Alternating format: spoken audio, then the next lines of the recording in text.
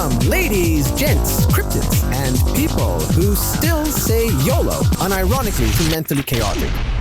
All right, let's talk about something truly epic, something that combines both the beauty of human ambition and the raw, terrifying honesty of the human digestive system. That's right, paragliding. While having diarrhea. Because apparently the gods of adrenaline looked down and said, you know what this majestic aerial sport needs? A gastrointestinal subplot. So picture this, it's a crisp morning. The sky is blue, the birds are chirping, and I, a person of questionable judgment and even more questionable breakfast choices, decide that today is the day I will conquer the skies. I will fly like an eagle. No, soar like an eagle, but instead, I hover like a bloated pigeon with regrets. Now, leading up to the flight, everything seems fine. Too fine. That eerie kind of fine. Like when your toddler is quiet for more than 30 seconds and you know in your soul that somewhere, somehow there is poop on a wall, that kind of fine. So I get to the launch site. It's up a mountain, of course, because no one does paragliding off like a moderately sloped parking lot. No, they want you to hike, sweat, and question your cardio while a French guy with dreadlocks packs a parachute that he just untangled from the back of a sheep. Now I'm standing there, helmet on, harness strapped so tight I can hear my ancestors wheezing, and suddenly, oh no. Oh no. My stomach sends me a memo. A little gurgle, like a gremlin whispering, you done messed up, pal. And I ignore it. Because I'm brave, I'm bold, and I had 3-day-old gas station sushi that I refused to throw out. I mean, what's the worst that could happen, right? Let me tell you. The instructor starts counting down. 3, 2, and before he hits 1, I realize my internal plumbing is not on board with this plan. In fact, my bowels are unionizing. They're chanting, strike, strike, strike! And the picket line is forming somewhere deep in my lower abdomen. But I'm already running. I'm committed. I can't stop now. You can't pause a paraglide. That's not how gravity works. And suddenly, we're airborne. And friends, I have never in my life prayed harder. Now, in the world of aviation, there are certain phrases that evoke calm and stability. Clear skies, tailwind, smooth descent. None of those applied here. What I experienced was turbulence, but not in the air. This was intestinal turbulence, a Category 5 colon storm. We're talking full-on, internal monsoon season.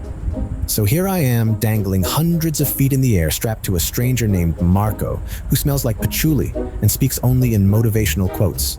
And Marco's having the time of his life. Isn't this amazing, bro? We're one with the wind. Meanwhile, I'm clenching every muscle I own, including a few I didn't know existed. I've got core strength that could snap a steel bar. My legs are pressed together like a nun's diary. And my face?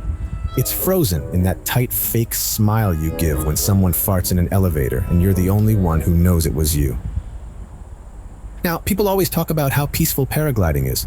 The silence, the calm, the panoramic view. But when your intestines are singing Ride of the Valkyries, the only panorama you care about is locating the nearest emergency bush.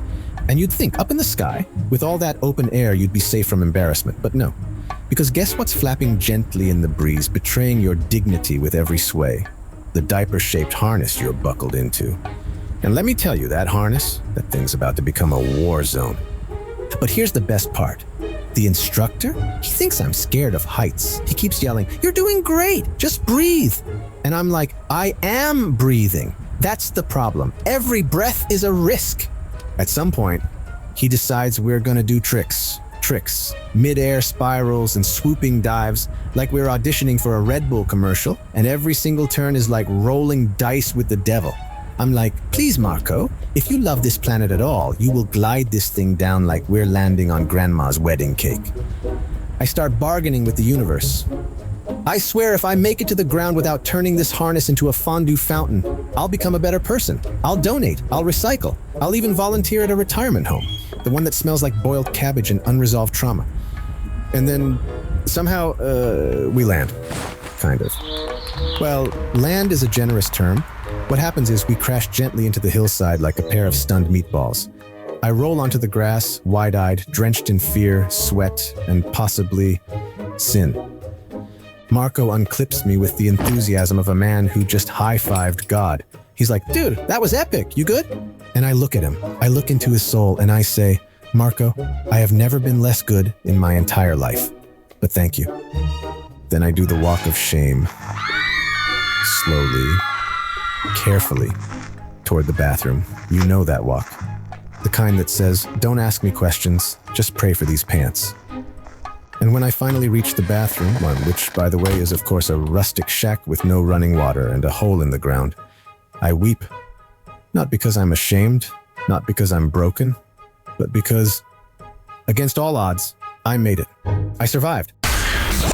All right, weirdos, beautiful disasters, and sentient iced coffees. That's it for this episode of Mentally Chaotic. Wow! You stayed until the end of Mentally Chaotic?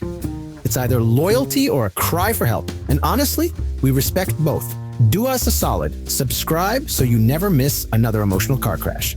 Share this episode with that one friend who sends 3-minute voice notes unprovoked. We'll be back next week with more thoughts that should have stayed in drafts. Until then, stay delusional, stay kind of hot, and don't join a cult unless the merch is cute. Bye.